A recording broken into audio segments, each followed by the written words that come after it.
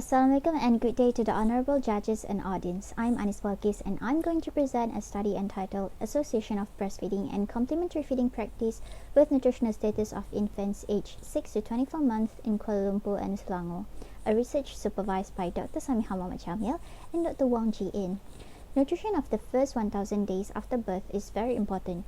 Breast milk is the source of energy and nutrients that can protect the baby from getting infections and diseases, and complementary food must be given to the babies as early as 6 months of age to meet the energy and additional nutrients needed.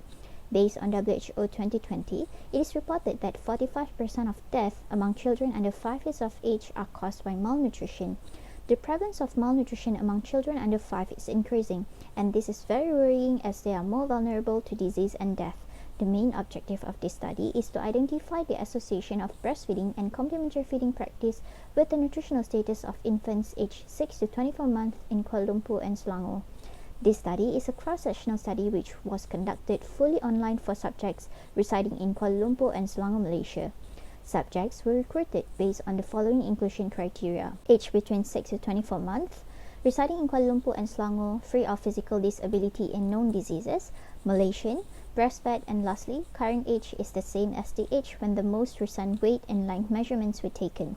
A screening form and a questionnaire adapted from the Infant and Young Child Feeding (i-Sihat) were distributed online by providing Google Form link via WhatsApp, Telegram, Instagram, Facebook, and Twitter to parents residing in Kuala Lumpur and Selangor. The socio-demographic information, breastfeeding, and complementary feeding practice were reported by parents using the i-Sihat questionnaire. Most recent body weight and length measurements were taken from the infant and child health record books. Next, result and discussion. A total of 145 infants, 76 males, 69 females, with 46 and 99 infants residing in Kuala Lumpur and Selangor respectively, were involved in this study. This study found a high achievement for the indicators of early initiation of breastfeeding with a prevalence of 91%. This result is supported by the National Health and Mobility Survey 2016, which reported that the majority of infants under 6 months were initially breastfed within the first 1 hour after birth. This study found that majority of infants were introduced to solid, semi-solid, or soft foods at 6 months of age after birth, which is in line with the recommendation by the Ministry of Health Malaysia, where all mothers are recommended to provide complementary foods to their babies starting at the age of 6 months, which is 180 days after birth. The nutritional status of infants was categorized according to the WHO Child Growth Standards. This study found that 28.6% of infants were underweight, 32.5% were stunting, 9.6% were wasting, 2.1% were overweight, and 2.8% were obese. Higher underweight, stunting, and wasting prevalence in infants residing in Kuala Lumpur and Selangor may be attributed by socio-demographic factors such as mother's occupational status, total household income, residential state, and area.